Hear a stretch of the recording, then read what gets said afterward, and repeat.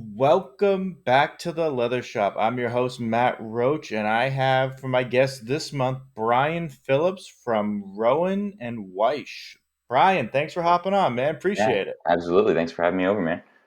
Anytime. So, first of all, I clearly couldn't understand how to say your name from the jump. So, luckily, you helped me before we even kicked this off. hmm So, give me some backstory. What is this? What is the name? What does it mean? Yeah. So in 2016, my wife was running a business and I was an insurance agent. And I was working in a cubicle selling personal lines insurance, and it was pretty soul sucking. And so I was there with my best friend at the time. And we were just brainstorming, our futures. How would we get out of this insurance realm? Yeah, he's still in it. So I made it, but we were brainstorming some retail ideas. He's into fashion. We were brainstorming how we could take kind of the resale side that he wanted to create and this maker side of creating displays and signage and different things for the retail space. Super loose, no organization, no background in woodworking or making of any kind. And so my thought was, well, if I'm going to work with wood, how can I create a name around wood that's a little cryptic that people would have a hard time understanding and potentially have a hard time pronouncing, just so it kind of sticks in your head a little more. So my family, both sides of my family are Irish, and so there is the rowan tree and the wych elm, which are two trees that are historically used for different types of woodworking over in the United Kingdom and Western Europe. And so I just kind of ran with that. Rowan and Weish figured, and I pronounce it Rowan and Weish, but the pronunciation's actually Witch. So depending if you talk to somebody, you know, in Europe or the States, they might pronounce it differently. There's not really a right way since I pronounce it incorrectly. So however you want to say it works, but that's kind of how it started. And it was cutting boards and little side projects here and there. And now we're doing leather and custom kitchens and all sorts of crazy stuff. So, what made you interesting was that not only are you a leather maker, but you're, a carpenter, like a cabinet maker. But hmm what I noticed you just said was you had no experience in it before you started. Yeah. So, well, of course, I used wood for different things. I cut wood and loosely used it for very small projects to fix things around the house or whatnot. But I had not had any training, or I had never actually constructed a piece of furniture or a cabinet or any sort of product or item.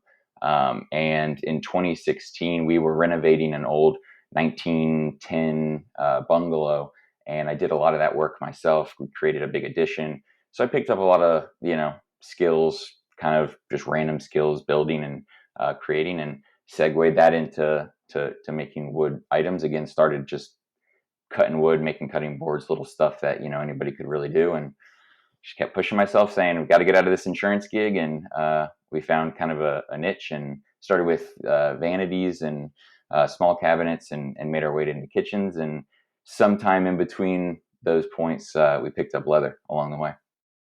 So, the part that I find most impressive is you're like extremely talented for having like no formal training. I think that's what surprised me because your work is amazing. I remember joking with you. I was like, I wish you just moved up to Boston because my wife would love you for life if you could do some of the stuff around the house. Like you're extremely talented in doing what you do with woodworking.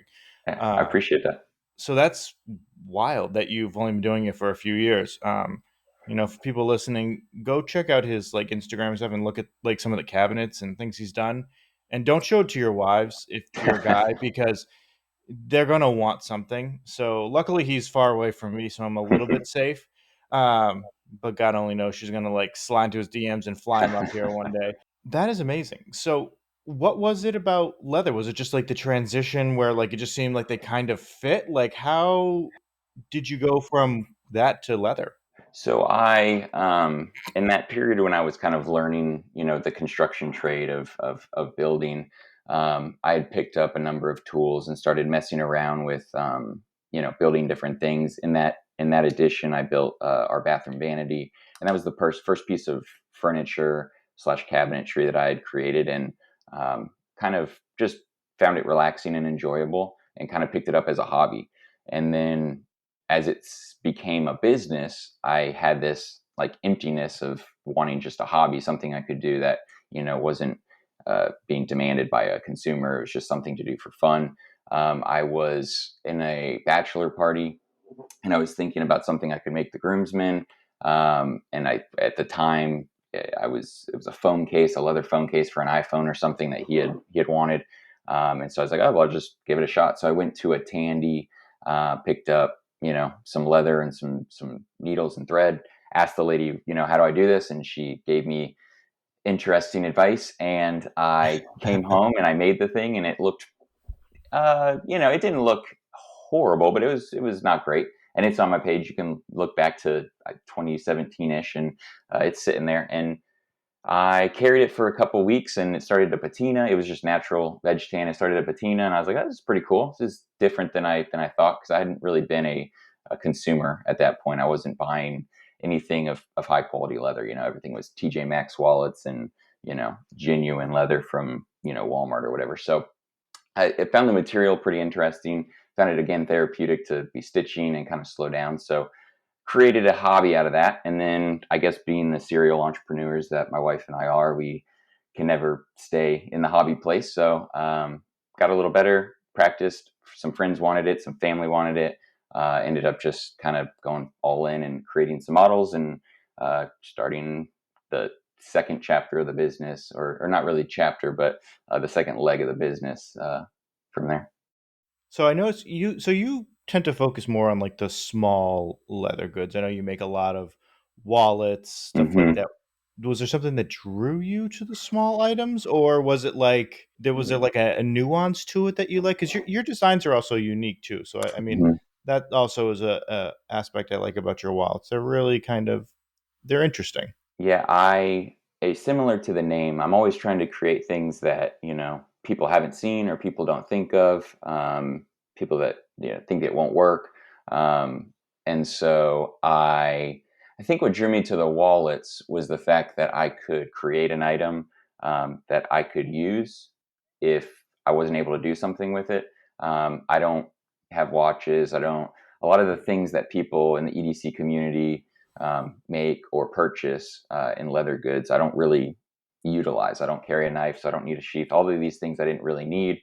If I made a wallet and I couldn't sell it, I could always use it myself or give it to a dad. Everybody can use a wallet. There's nobody. Very few people. I know that obviously the phones have replaced some wallets, but majority of people still carry a wallet. So it was just kind of a safe place to feel like I wasn't wasting time by learning in that direction. Um, and then I was just brainstorming different models, and I stumbled upon the now what is the Burke, and it's basically a three pocket with two vertical pockets, and then an inverted vertical pocket on the back. And if you look at it, it looks like the cards could fall out, and because of just the way it's you know executed, they don't. So it was just unique, and it kind of caught fire, and from there. There was just enough demand to kind of keep going with the wallets. The other thing that's nice about wallets is because of their small size, it's a lot easier to use higher end materials like shell cordovan and exotics, which I prefer and enjoy using. So the bigger items, obviously the overhead's higher and the customer base is lower. So just kind of found that niche and kind of stuck with it. Yeah, no, definitely. I think what's cool about I don't know which design it is, but like, a few of your designs, what's nice is they have very few like stitch lines. Like some of them, like, like the small, just like card holders. Hmm. It's nice because like there's like only like two spots where you even have to stitch it, which is Hmm. kind of so it's also like less labor intensive for you to Hmm. kind of get the style you want, but also like with minimal amount of like stitch time, which honestly Yeah. is for most people, the stitching is the longest Yeah. Sure. amount of time. That is saddle stitching is not for the Hmm. faint of heart. It's a lot of work. Hmm. Now, do you cut all of those individually? Like, how do you go about like making all those designs? Like, did you like go the dye route? Did you go like hand like Exacto? Like, Hmm. what's your way of getting all those out?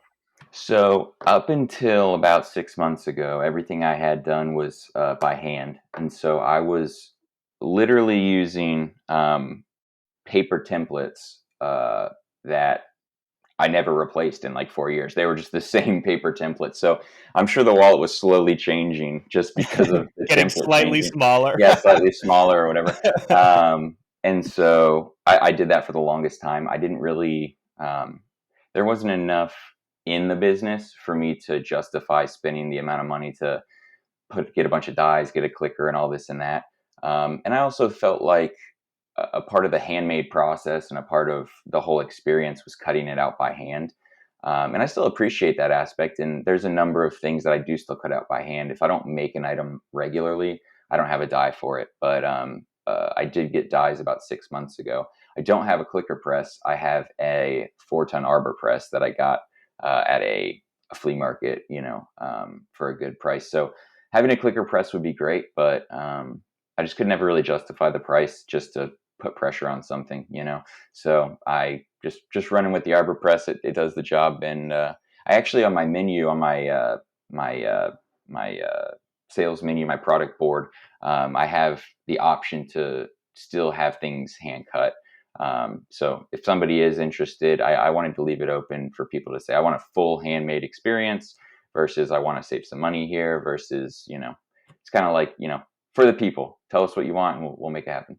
No, I like that. Yeah. So I actually started with the arbor press as well before I went into the 4-ton clicker press. Hmm. And you're right, it works. It gets the job done. It's not as easy, but it gets the job done. Hmm. Um, where did you get your dies from? Bradshaw, Justin Bradshaw in Canada. I got Yeah. my dies from him. I know a lot of people have been using him lately. Yeah, again, it's been so recent. I haven't, used anybody else just because it was a one-time thing, and probably won't be ordering any more anytime soon, simply because I think we've got a pretty good core model group, and um, yeah, but happy with them. They work great. They were precise. Everything worked well first time, so it was easy to work with. He for makers that are overwhelmed like I was. One of the big obstacles really I had was um, I'm so bad with computers. I had this like fear of having to digitize everything and have everything super perfect to give to somebody, and Justin just literally took my chicken scratch drawings and worked it up super quick, and everything was perfect. So if you're worried about it, hit him up, make it happen. It definitely is. It takes a little stress out of the process. Yeah, I hadn't heard of them until recently. I've been using Milwaukee for years. It's funny, like when we started, I like reached out to them and I was like, "Hey, want to be like a part of this?" And they were like, "Yeah, like that's so cool." Like, and it's funny because like they didn't know me from a hole in the wall. Like I just been buying dyes from a couple of years, and you're right. Like these, like them, and I'm sure Justin's the same way. They're so like willing to like help fix those things. And I'm sure Hmm. it's like part of their business model too. And I think leather is probably a newer market for them. Like I think these die makers traditionally, they're probably their biggest ones are probably like cardboard and Mm, like sure. these other like massive displays, which I found like so unique. And I actually Milwaukee just sent me these really cool watch straps. And it's Okay. really cool because they actually, and I didn't realize like a lot of dyes could do this. And I've seen some on Instagram, but I didn't know how complicated it was. But for the watch straps, they actually were able to put in like the holes for the like actual like where like the thing would go through. Eyelets, yeah. Yeah, and I was like surprised that like they did that because I just assumed like things like that, like the little like I've seen like a couple people do it, but it seemed very very niche. Like you don't Hmm. really see a lot of dyes with the intricacies, and I thought that was really cool. That like it was funny. I sent it to them and assuming that the holes were just going to be like ignored, Hmm. and they were like, "You want the holes, right?" I was like, "Really?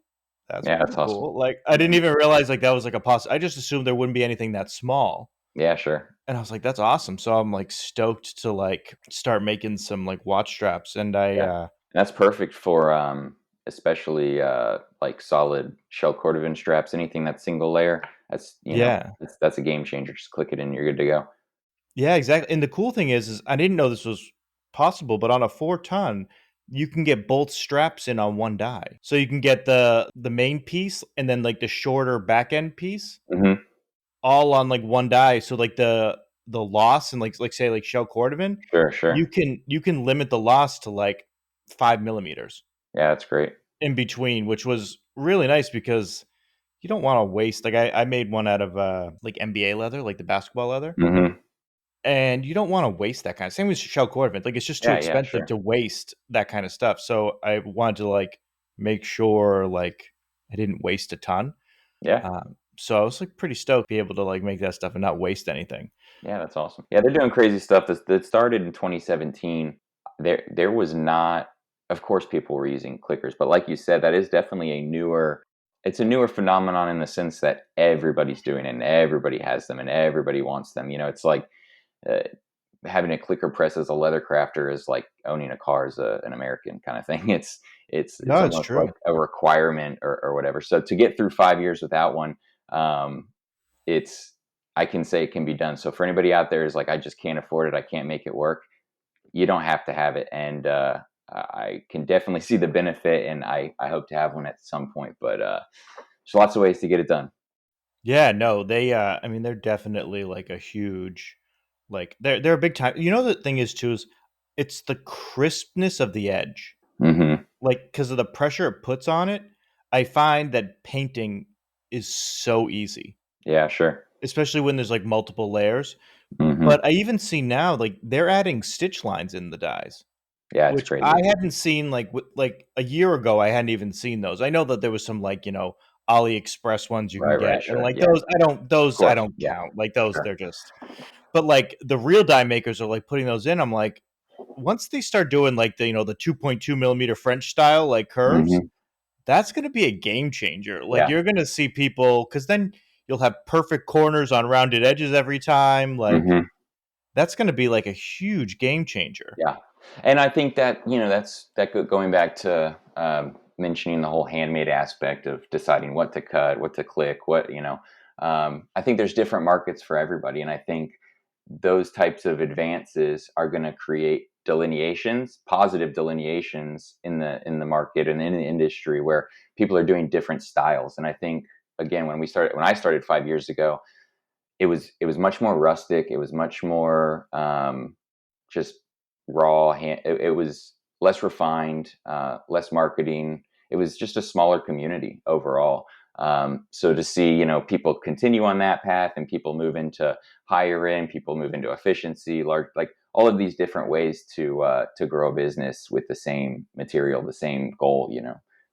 Well, the funny thing is it's actually, like, cheaper to do a die than to do, like, a 20 tooth, like, Oh, sure, clipping iron, which is crazy. Like, I sure. think a lot of people would love to do, 10, 15, 20 tooth, like, things, but they're so expensive Hmm. that dies are just far more affordable, Sure. which is Yeah. crazy to think that, like, something that detailed is far more affordable than a hand tool, Hmm. like, in Yeah. hindsight, but like, I remember looking into one, and it was, like, 200 and something dollars for a 20 tooth, and I was like, Hmm. and that's only in one size. I was like, I can't justify say you wanna buy it in 2 sizes, that's a quick 500 bucks Yeah. It's for crazy.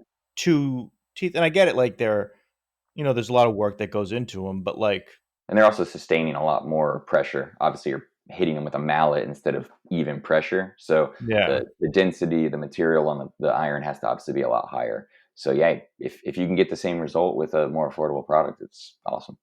I mean, I do love the idea of having, like, a 20 tooth or even I do have a 9 tooth, and Okay. that I do like having the more teeth. You know what it is? It's because then you have that less of that chance of that one rogue Hmm. stitch line where it's off by just a little bit when you Hmm. stitch it and you're like, "Oh, it's right in the middle." Yeah, I think a good tooth count for me is 5 to 6 teeth, but I use a 10 tooth so that I can overlap 4 holes just to keep it things See, straighter. that's the thing that's nice. Like, if I was gonna have, like, a 20 tooth, I would almost wanna do that just through the middle. Yeah. Like, do, like, a 5 tooth, like a 20 tooth, Uh and huh. then, like, another, like, 5 tooth. Uh huh. Like, it's just like the other thing that I wanna get, and I have to look for it, is a 1 tooth. Yeah, I've got one.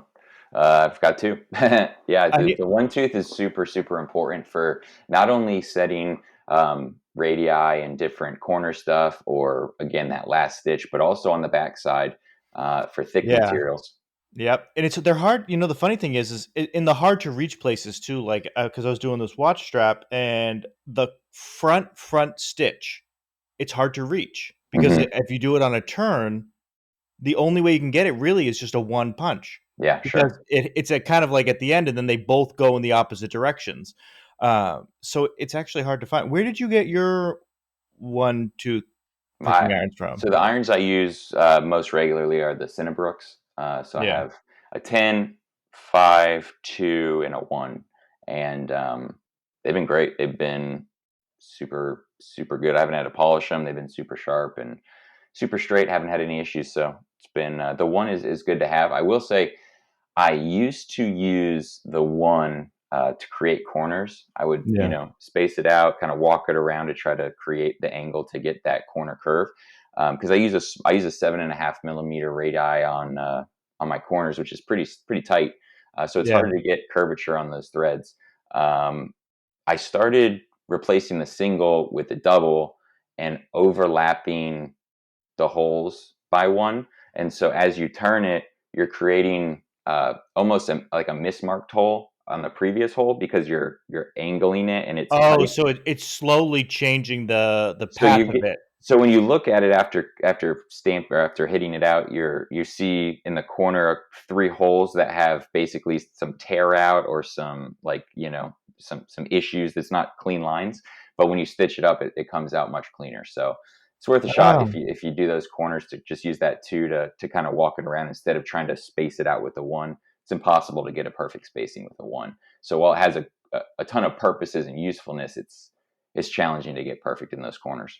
that's interesting. Yeah, I didn't really think to do that because in my mind, it would just kind of slowly, like, it would move the hole slightly, and it would be, like, kind of a slight tear, but Hmm. I guess it depending on the thread you use, Sure, it definitely if depends on that. if Yeah, you're if you're using a thick enough, like, I use, like, a Masai, like, M40 for the most yeah. part. Yeah, okay, and Um I think I use number I'm looking at my bench over here, number 8 Venimo, which is like 0.45 or point 0.5, so Yeah, it's in that it's same similar. range, so It's a you thick that would enough probably thread that it hide it. hides that, yeah, exactly. So, yeah, if you're using a 2.7 millimeter iron and, like, hair thin thread, it's not gonna work, yeah. Exactly, but that seems that's a good point though. It makes sense because depending on the thickness, and there's actually a couple threads, and I feel like thread is like the most controversial thing. Everybody has a different one. Everybody's tried 1,000 different ones. I tried like 5 before I landed on Masai, and I still trying things all the time. Like I'm Sure. just like always trying new ones, new styles. It's funny when I started with main threads, and I eventually moved my way. I did the fil chinois or however you say it, and then I tried Vinimo and Masai, but I want to try the new main like thin one. They do what is Mm, it there? Um they came out with like a new like linen. I think it's like a linen, not a linen, but what is it? I have to like figure it out. But they came out with a new one that's kind of like Masai, okay. and I want to like see how that kind of works. And I've used Ritza before. I feel like it's one of those things where everybody has a story about what they've used and what they Yeah. like. Mhm. It's the wax cord. It's the twisted wax cord that I want to try. From Uh, Maine? yeah, I want to see how Okay. that is because it looks interesting, and I'm just a sucker for trying anything. Yeah, sure. Um, I liked Fil Chinois, but the problem for me is The it ends? yeah, that, and it kind of it knotted up for me, Yeah. and I did find that if I used my edge creaser Mhm. and I used beeswax and I heated it, Mhm. it didn't really do that, but it's a lot of work to do that, and it got Versus a versus just beautiful result. dry waxing it? Yeah. Yeah. So it knotted up if I just regular waxed it, but if I waxed it and then heated it, sealed it in, Mhm. it did a beautiful stitch, but the problem is that that's a lot of work to do every time you're gonna Sure. stitch something. Yeah, sure. Pulling it through, heating it, sealing it, and Yeah. it does nice, but that's a time commitment. And there's a lot of people that do that to waxed threads and other threads that don't necessarily even need to be waxed. I use Venimo. A lot of people wax Venimo, and I don't. I use a 3.75 iron, and it's a big enough and wide enough hole that it's, I don't need to wax it. And I hate waxing my hands and getting everything gross, and then trying not to touch things while you're it's Yeah, and if you're using a natural veg tan, you can get spots. It's like Yeah, I it's a prefer to nightmare. keep the wax at the end, if you're doing something with the edge, but yeah, it's too good. These modern threads like Masai and Venimo are just too easy. I started out using Ritza. That was my main. I know a lot of people started with main. Ritza's similar. It's obviously flatter, less waxy, but it does have that flat uh, kind of shape to it. And when you stitch, if you're not careful, they just don't lay down straight so that your slants can curl and Yeah. twist. And it slowed me down by at least 50%. So using a braided line or a braided thread definitely helps a lot. I used Ritza, and the funny thing is, so I got the Class 26 like maybe a month or so ago Okay. from Leather Machine Co. And I used their thread's great, by the way, for anybody looking for thread. When you get it, they send you one like Right, right. gold thread or like kind of like off-white thread. Hmm. And I also tried the Vinimo from District with at the 138, Hmm. and I like that one as well. Like I've used Venmo for hand stitching, but it works pretty good for machine stitching. Oh yeah, Uh, it's definitely it is a machine thread, really. yeah, so it works pretty good. But the funny thing is there's so many options for hand stitching, Hmm. very few options for machine, which I found Interesting. really surprising. I think the biggest color selection was Leather Machine Co. From what I've seen so far, they have the biggest color selection. Okay. What is it off their actual website?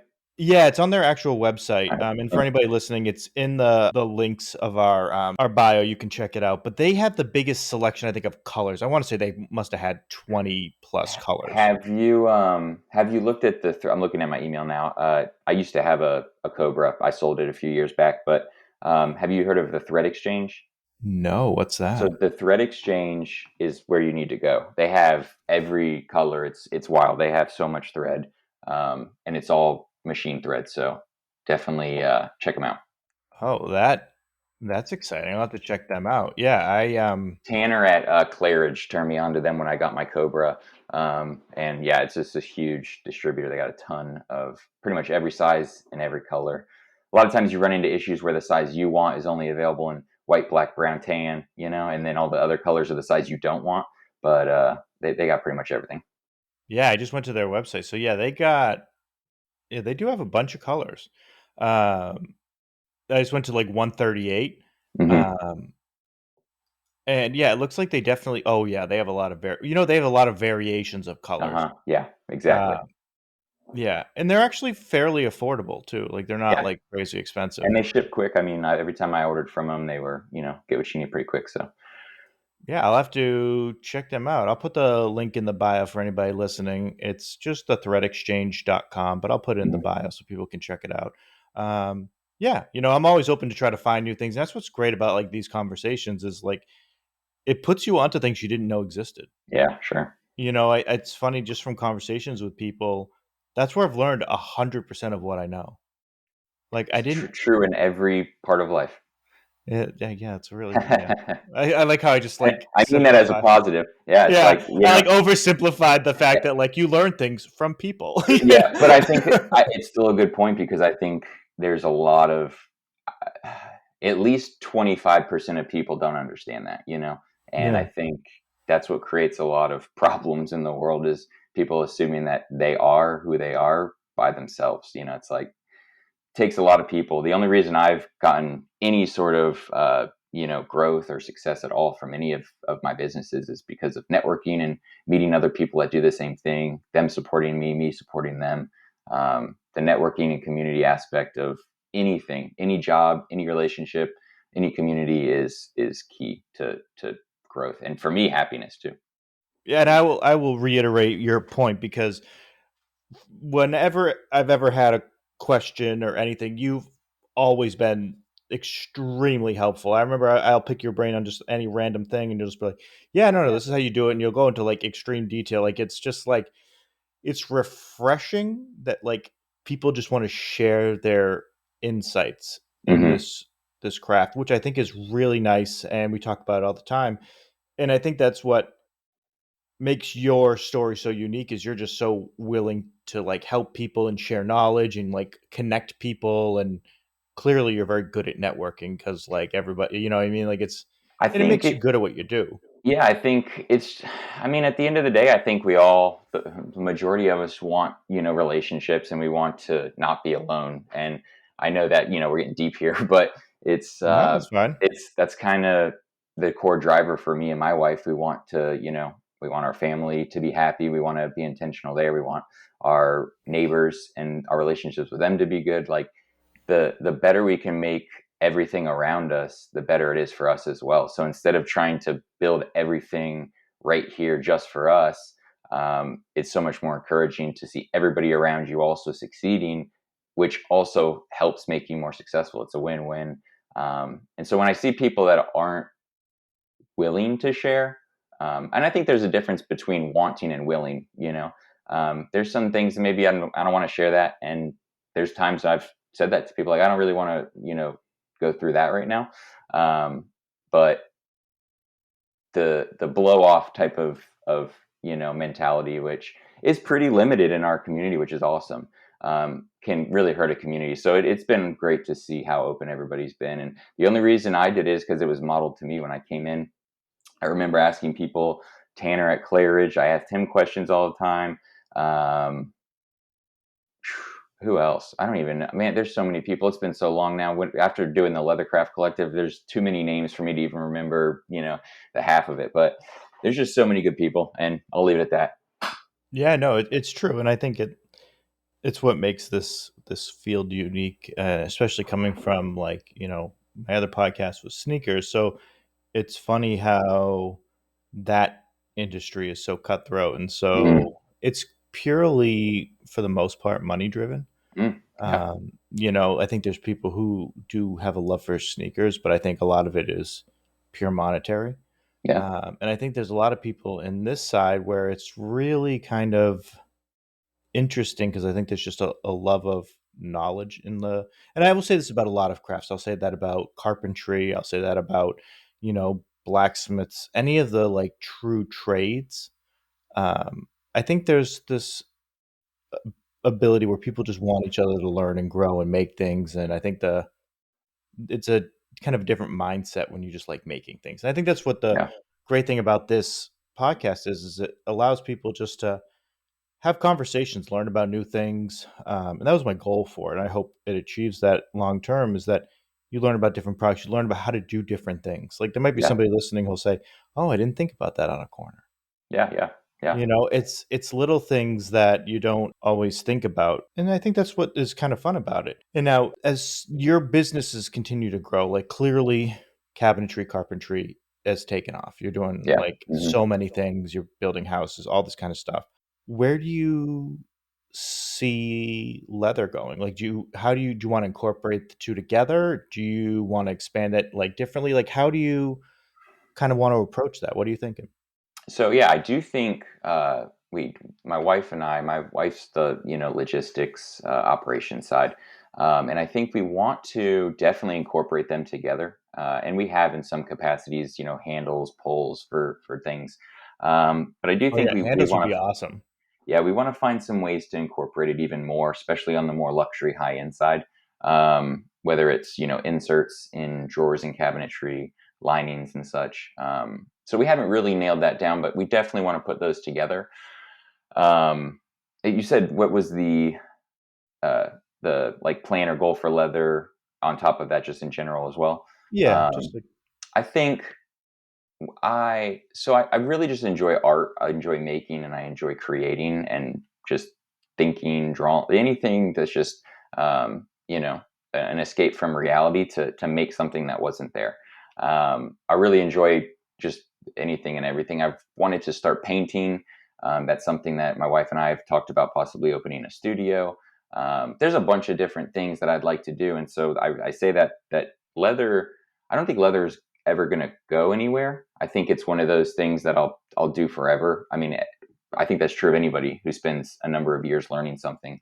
Um, I don't think leather will be what it is for me now forever though. I think I'm enjoying it now, and I have the time and resources and the customer base to keep it going. But I could definitely see it changing. I could see it moving to more solely integrated into woodworking, and maybe not doing the wallets long term. But I don't have a plan to stop anytime soon. So it's been fun. I'm enjoying it. It's still relaxing, and so for now, it'll stay.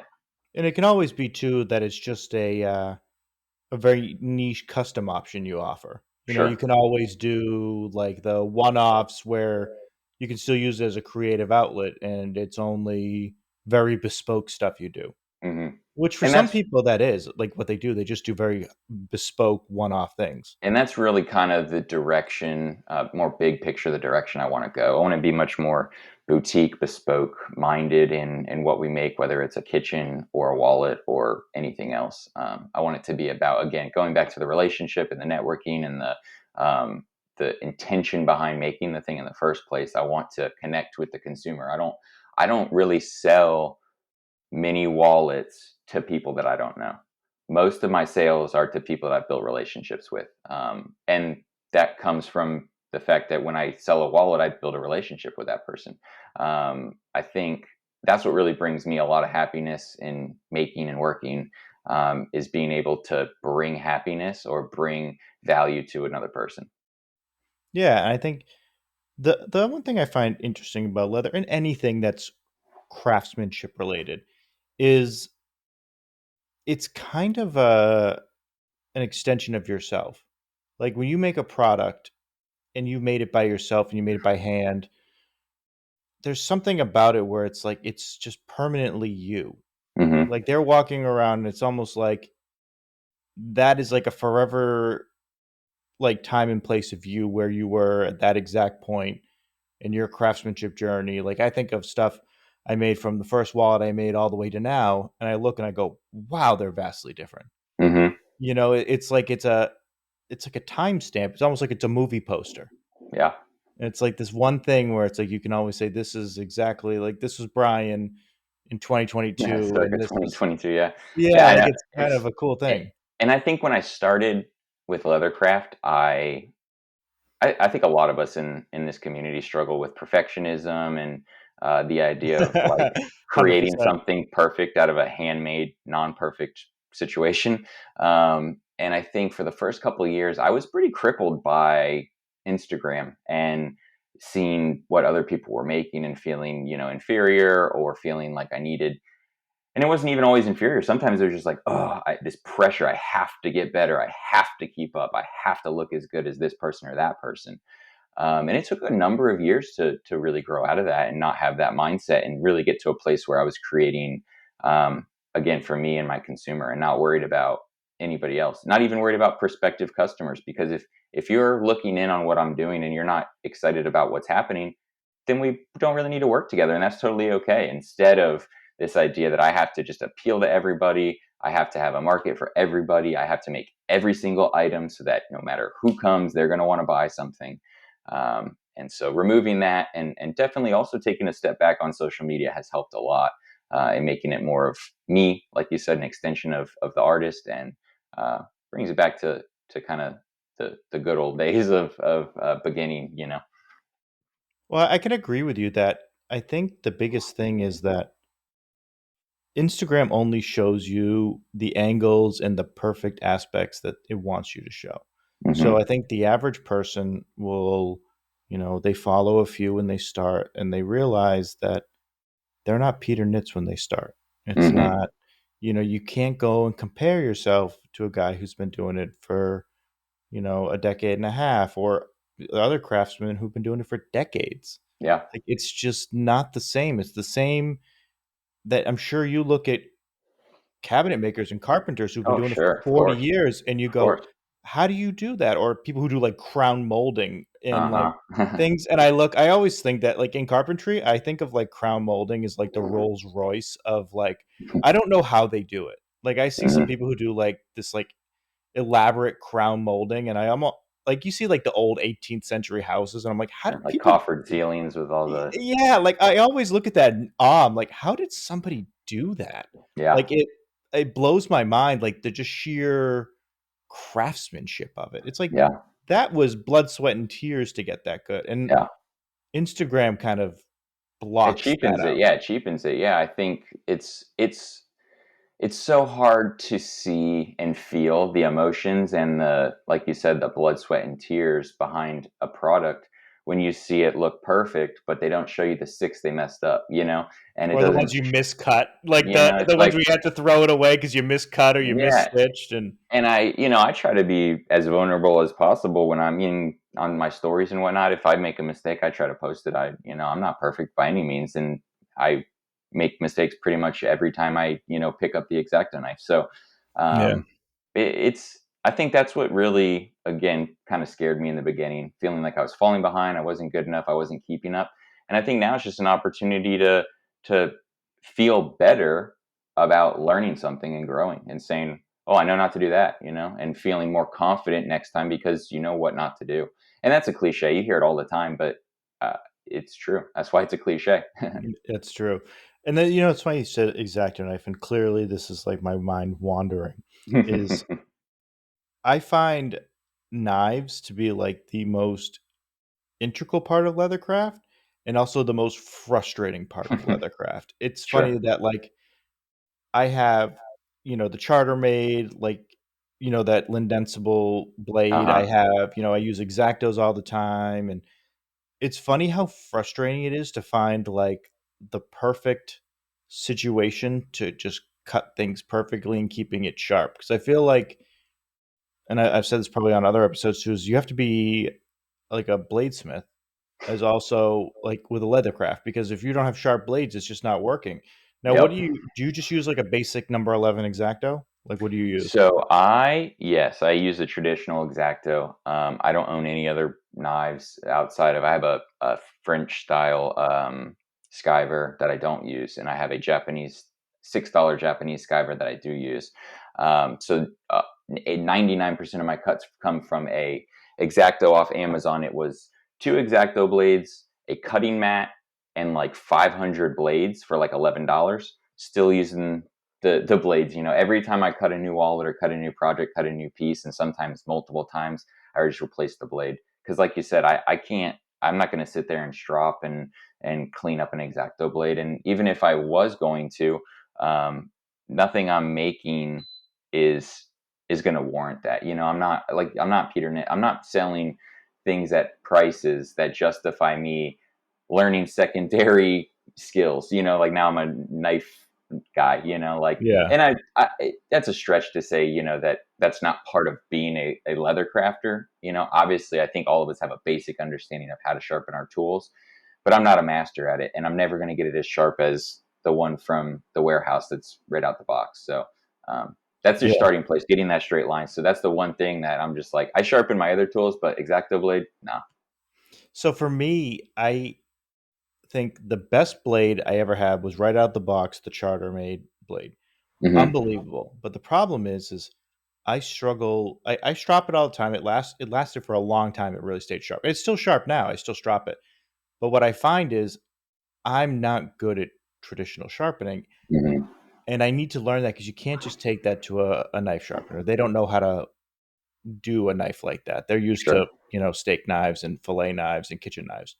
And that's the hardest part is it really is the best blade I have, and it's the sturdiness of it.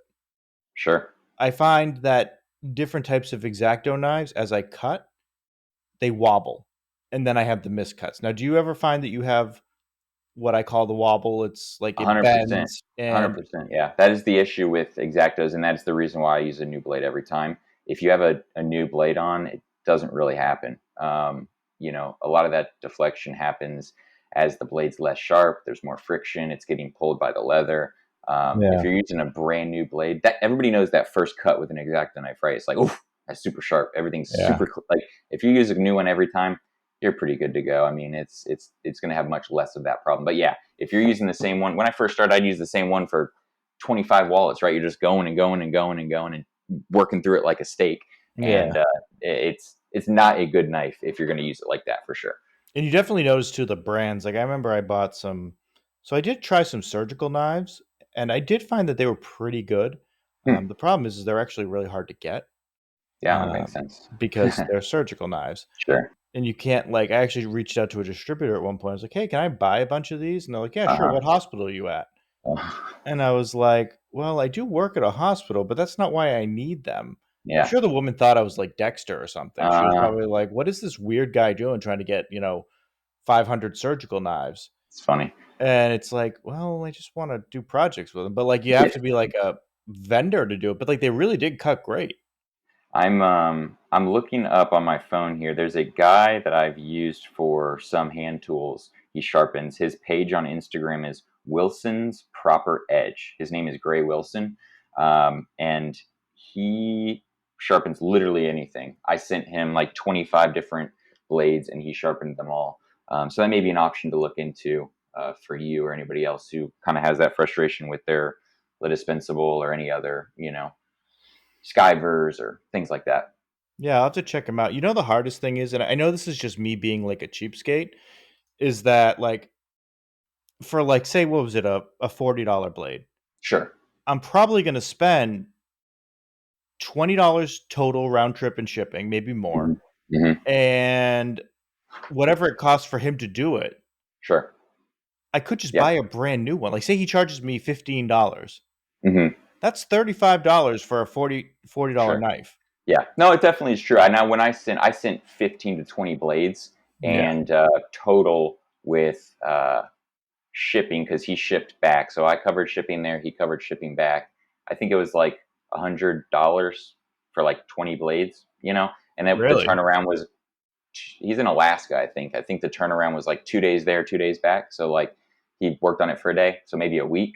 $100 in a week, I got like 20 blades. So if you can do it that way, yeah, it makes sense. But yeah, if you have one blade and you're trying to get it to Alaska, Did it he? could What did he sharpen? Like your kitchen knives? Like what did you have 20 blades of? chisel woodworking Woodwork tools. chills. Yeah. Sure, yeah, yeah. But even still, I mean, I look at my desk here, and I've got at least 4 or 5 that I could have sharpened. So if I'm in $50 for five, it's not horrible, Maybe I'll especially for send out. something that you can't do. If you're not getting it done, then yeah. And there's probably someone in Boston, so you know. Yeah, I'll have to look into it because I actually have my grandfather's woodworking tools. Oh yeah, Like, I oh mean, yeah, not he has like some chisels and stuff that I like keep like, you know. I'm also trying to like expand my collection. I go to like, people cleaning out their garages or like flea markets and stuff and sure. try to For like, woodworking tools, yeah, like I've been trying to like add more to it, like, planers and things like that. Like I know it's a long-term thing. Like woodworking and welding are the two that I eventually want to add to my arsenal. nice, nice. Um, my wife, please don't listen to this. Um, it's funny. I was watching videos the other day on welding on YouTube, and she goes, "What are you doing?" And I was like, "Well, I really want to like learn how to weld." Like, and we have the world's smallest garage, and Mm, that's where I keep everything. So it's like beyond like I'm organizing everything like 1,000 times over. hmm. But you can find if you look hard enough, you can find like woodworking tools and those kind of things Oh anywhere. sure. Yeah, Like I for have. like like a dollar. Like people will just give them away. Yeah, I have probably 2,000 vintage hand tools. Yeah, it's Holy. it's it's wild. So I just need to It's come and visit your garage yeah, and just just come buy visit. the Bryan flea market I've and just I've literally had people over who just come in and buy $1,000 worth of tools from me that are just like vintage tools. It's crazy. I don't. It's a number of different collections that came together, and then some of them are heirlooms and whatnot as well. But yeah, I do you have a have. I need a Matt Roach starter package. Do you have a Matt Yeah, Roach starter package that I yeah. can get?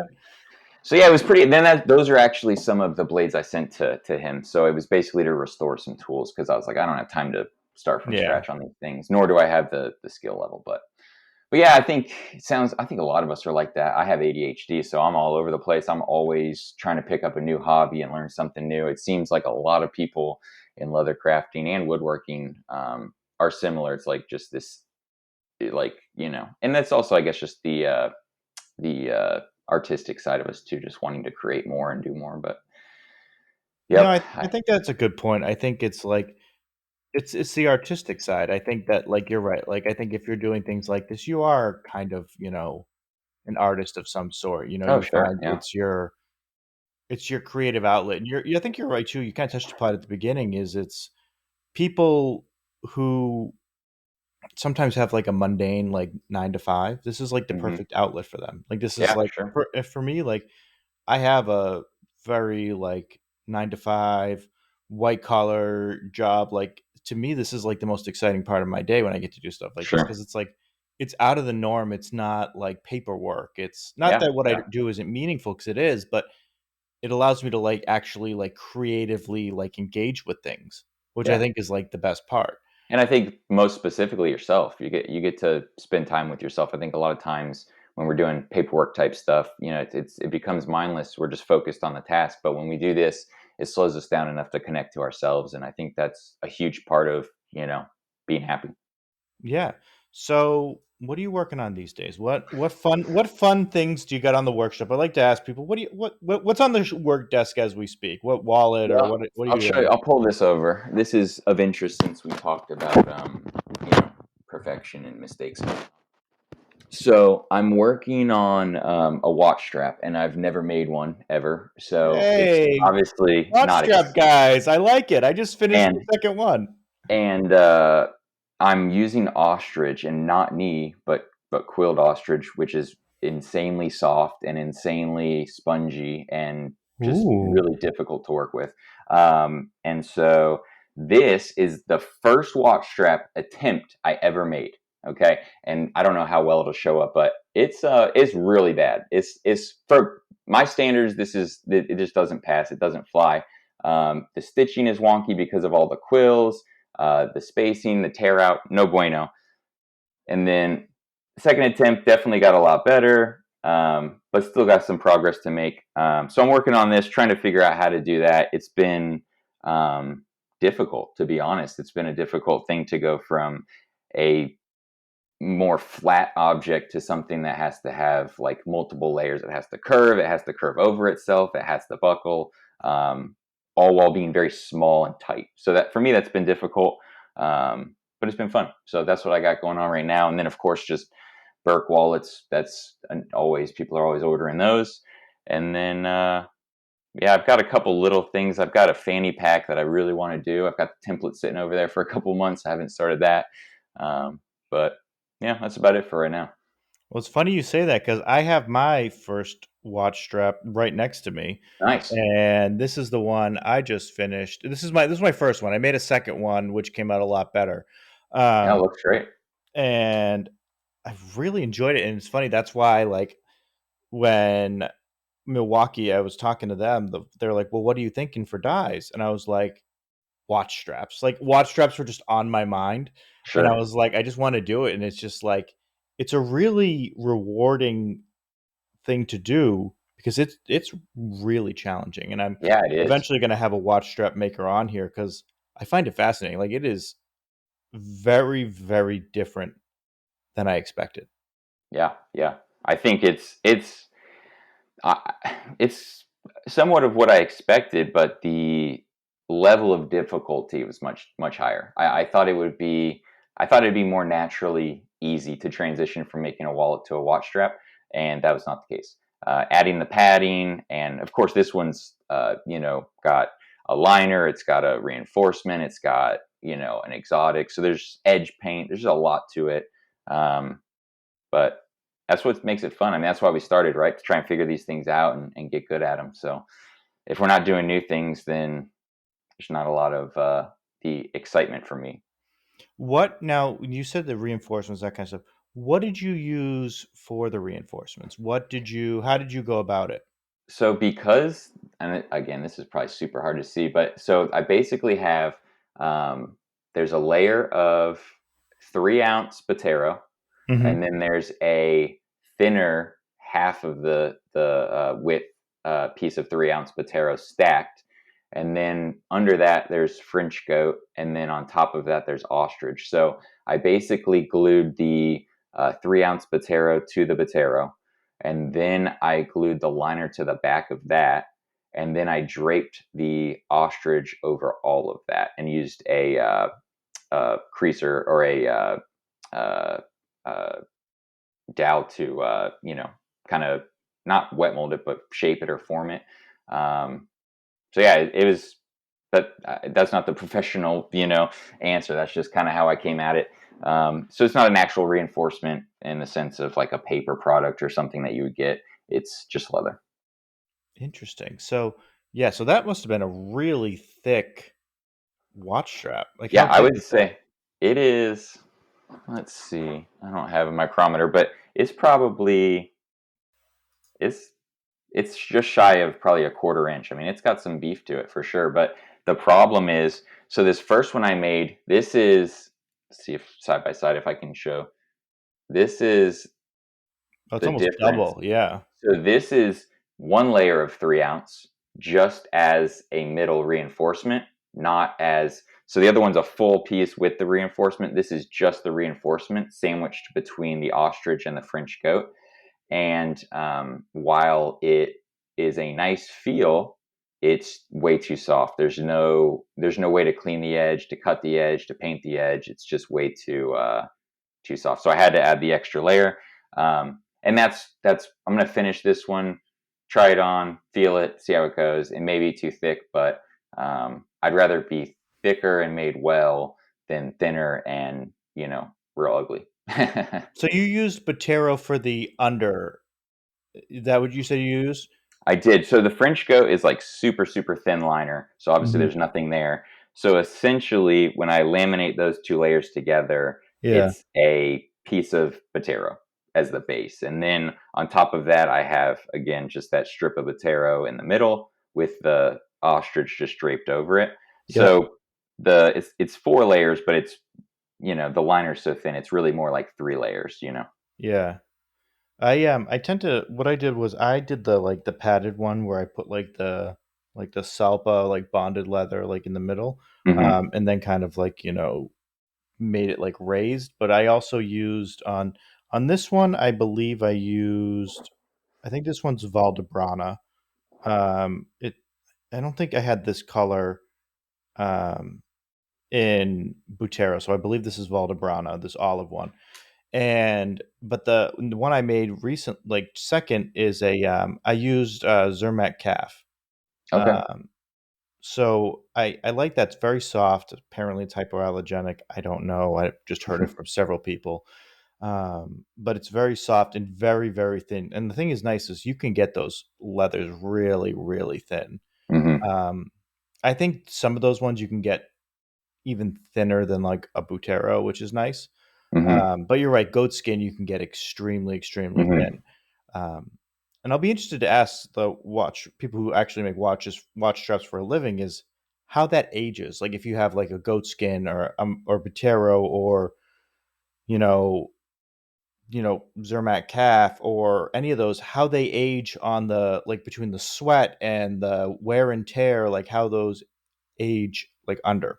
Yeah. Because I think like watch straps are just like bags. Like you have to think of so many different aspects to it.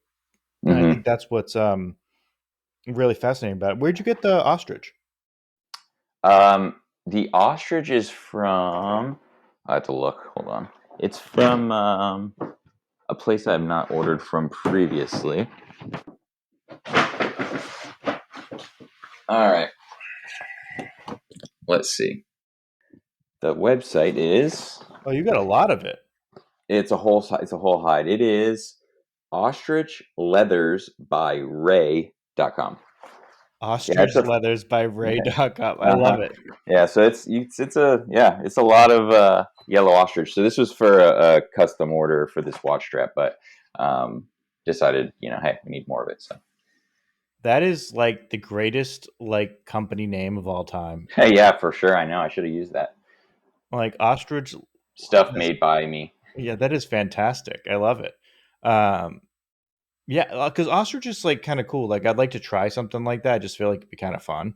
I will say, if you want to try ostrich, start with the knees. Not only is it way more affordable, it's way easier to work with because it's a lot firmer, it's a lot thinner, and if you look at the back of the main skin of the ostrich, where the quills are, because Yeah. of the quills, it's very spongy. It's a lot of like micro layers kind of stacked together. Whereas knees, when I don't know why it's escaping my mind, when they split it down, it's very firm. It's like gator, so it's a lot easier to work with. Interesting. So it's yeah, I'm looking at their website. So it is yeah, so they got a lot of different stuff, and I honestly didn't even know where you would even find ostrich. So that You can get the knees from a lot of places. You can get the knees, I think, even Rocky Mountain sells them. You can get knees pretty much anywhere. Probably even American Tanning might even have some. But Pan Am, have you heard of Pan Am leather? yeah, I bought from them in the past, and it's one of those things where I haven't bought a lot from them. I think I bought Stingray once from them, Hmm. Yeah. um, and I know like some people have bought from them, but yeah, I don't hear about them too much. I think it's mostly Amtan I hear about. Yeah, Amtan is great, but Pan Am is better if you're looking for like really weird stuff, smaller skin, smaller animals, rare animals. Um, but yeah, I think I've gotten Monitor from them, Stingray, they got it all. But American Tanning is amazing. Yeah, if they have what you need, they're my go-to for sure. Yeah, so this is I love I just love the name. I just want to I should just name this like podcast Ostrich Skins by Ray. Like that's just fantastic. But it does seem like an interesting thing to work with. So I'll have to Yeah, we'll have to chat, see how it yeah. comes out I'll and send how you some. Yeah, hit me up. I'll send you a couple pieces so you can make something out of it. we can make some watch straps. The great thing about watch straps is you can make so much out of like pieces of leather. Like you can get like a 2 foot square piece and you can make like 8 watch straps out of it. It's Yeah. fantastic. Like you can make Hmm. so much out of such a small amount, which I love. Yeah, it's definitely an appeal. I'm definitely going to make a show cordovan one after this, just to boost my ego a little bit. I don't blame you. I have gator that I've never cut into and I'm scared to cut. Oh no, I Yeah. love it, man. You got to get into that. I I've got so many gator skins over here. I'll I send you bu- some of that too, so you don't have to cut your own. I'm terrified. They're sitting in a box in my son's closet because I don't even like. I'm just terrified. Like I'm one miscut away from doing something wrong, and I'm like, I can't. I can't. I feel like it's Yeah, gonna eventually just be like an heirloom I just passed down, yeah, like it's a funny. skin that I never cut. It's been there for Yeah, 2 years. it's crazy. I mean, I'm assuming you know Nick from Heights Leather. He had those Himalayans. I'm not sure if you saw that, but he had those Himalayans and he held on to them for so long. I don't think he could get himself to cut into them, so he finally sold them. So, You're gonna like see him like framed on my wall uh because I'm huh. just like too terrified to like cut Hey, into it. I get it. There's sometimes I get a shell, a Horween shell comes in, and you're like, oof, I just want to frame it, hold it, put it up on the wall. But yeah, you got to People cut it. people love shell. I've never seen it in person, but everybody always like goes, Oh my gosh. it's like beautiful to cut and all these things, and it's like Oh, looks beautiful. I've never. Everybody says it's beautiful to work with. oh yeah. It's not even. It's hands down the best leather. Period. Not only to carry, but to work with, to smell, to patina, everything about it. Is how is it for like edge painting, burnishing? Like is good on that stuff too? It's far superior to anything. Really? Oh Uh, wow. Hands down, not even comparable. Like if you've never burnished something in your life, and I gave you gum trag, not even toconol, and a wood slicker, or even just a tree branch, and said, "Hey, burnish this." You could burnish shell, and That I love it. That's amazing. that's Yeah. not to take away from people like Stephanie at Lesbian EDC who are masters and make it perfect, but getting a baseline good polish on shell it's easy. It's easy, easy. You I got to lo- get some. It sounds like you're going to get some of that in this package too. So oh man, I appreciate it. Well, I've already kept you for a while, so you know, close it out. Where can everybody find you, Brian, so they can check you out and reach out and buy all your great leather and cabinet goods?